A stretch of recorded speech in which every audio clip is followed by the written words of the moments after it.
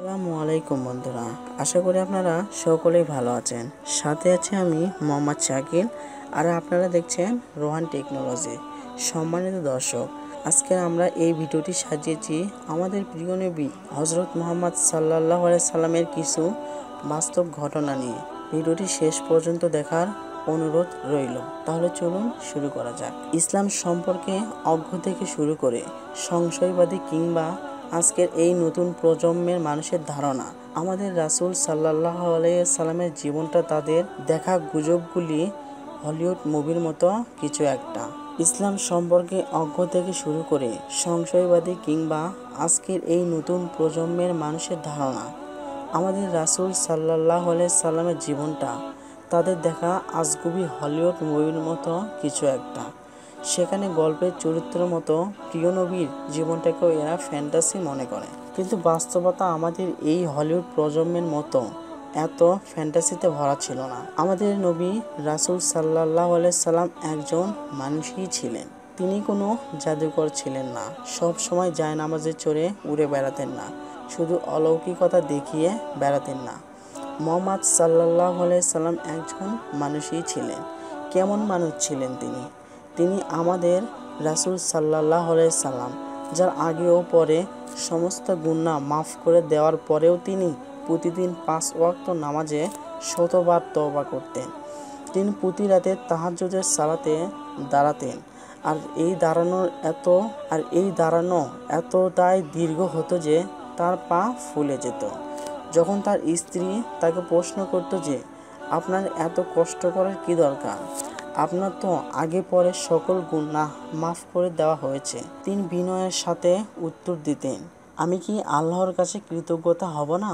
তিনি আমাদের রাসূল সাল্লাল্লাহু আলাইহি সাল্লাম, যিনি সন্তানের মৃত্যুতে কেঁদেছেন, স্ত্রীদের সাথে অভিমান করে ঘর থেকে বের হয়ে গেছেন, যিনি ছেঁড়া জামা নিজের হাতেই সেলাই করেছেন, যিনি যুদ্ধ করেছেন এবং যুদ্ধে নিহত হওয়া সাহাবীদেরকে বুকে নিয়ে অঝরে কেঁদেছেন, যিনি নিজে কবরে নেমে তাদের কবরস্থ করেছেন, যিনি কিশোরী স্ত্রীর সাথে দৌড় প্রতিযোগিতা করেছেন, প্রিয়তমা স্ত্রী খাদিজার মৃত্যুতে ব্যথিত হয়েছেন, মাঝরাতে তার কবরের পাশে গিয়ে ফুঁপিয়ে ফুঁপিয়ে কেঁদেছেন।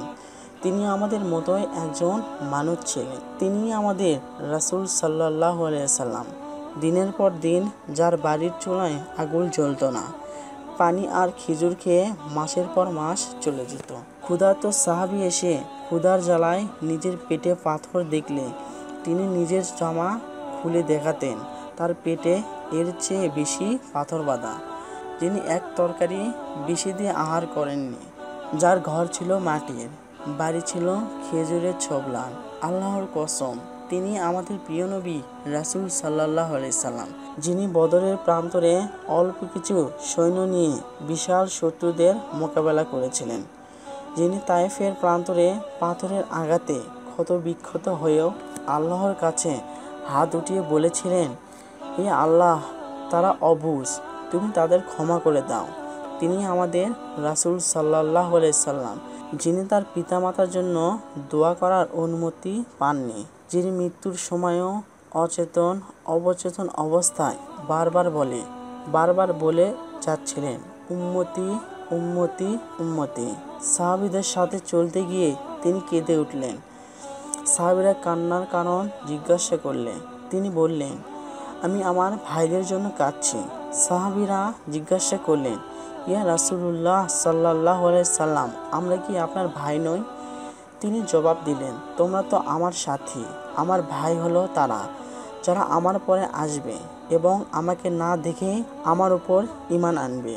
হ্যাঁ, তিনি আমাদের রাসূল সাল্লাল্লাহু আলাইহি সাল্লাম, যিনি আপনার জন্মের আগেই আমাদের জন্য চোখের পানি ফেলে গেছেন। তিনি আমাদের রাসূল সাল্লাল্লাহু আলাইহি সাল্লাম, যার নিজ আত্মীয় স্বজন লোকেরাই তাকে হত্যার জন্য উঠে পড়ে লেগেছিল, যিনি আল্লাহর দ্বীনের জন্য আত্মীয় স্বজন ঘর বাড়ি সব কিছু ছেড়ে গেছেন, যিনি শত্রুদের হাত থেকে বাঁচতে পাহাড়ে পাহাড়ে গুহায় গুহায় ঘুরে বেরিয়েছিলেন। মুশরিকরা যখন একের পর এক ধন সম্পদ ও নারীর লোভ দেখাচ্ছিল, আমার এক হাতে চন্দ্র আরেক হাতে সূর্য, এনে দিল, আমি এই সত্য প্রচার থেকে বিরত হব না। হয় এই পথ বিজয় লাভ করব, নয় এই পথেই ধ্বংস হয়ে যাব। হ্যাঁ, তিনি আমাদের প্রিয় নবী রাসূলুল্লাহ সাল্লাল্লাহু আলাইহি সাল্লাম, যার জন্য সাহাবীরা আপন পিতা ভাইয়ের বিরুদ্ধে যুদ্ধ করেছেন। যুদ্ধরত মুজাহিদ ও আনসারদের মন খারাপ আবেগ দেখে তিনি বললেন যে তারা দুনিয়া পেল, আর তোমরা তোমাদের রাসূলকে পেলে। চারিদিকে কান্নার রোল পড়ে গিয়েছিল। তিনি আমাদের রাসূল সাল্লাল্লাহু আলাইহি সাল্লাম, যিনি খোদ অমুসলিমদের কাছেও আস্থার প্রতীক ছিলেন। অমুসলিমরা তার কাছে বিচার ফয়সালার জন্য আসত। তারা জানতো মুহাম্মদ আর যাই হোক অবিচার করবে না। যিনি আমাদের জন্য হাসরের মাঠে আল্লাহর কাছে শাফায়াত করবেন, হাউজে কাউসারের পানি পান করাবেন।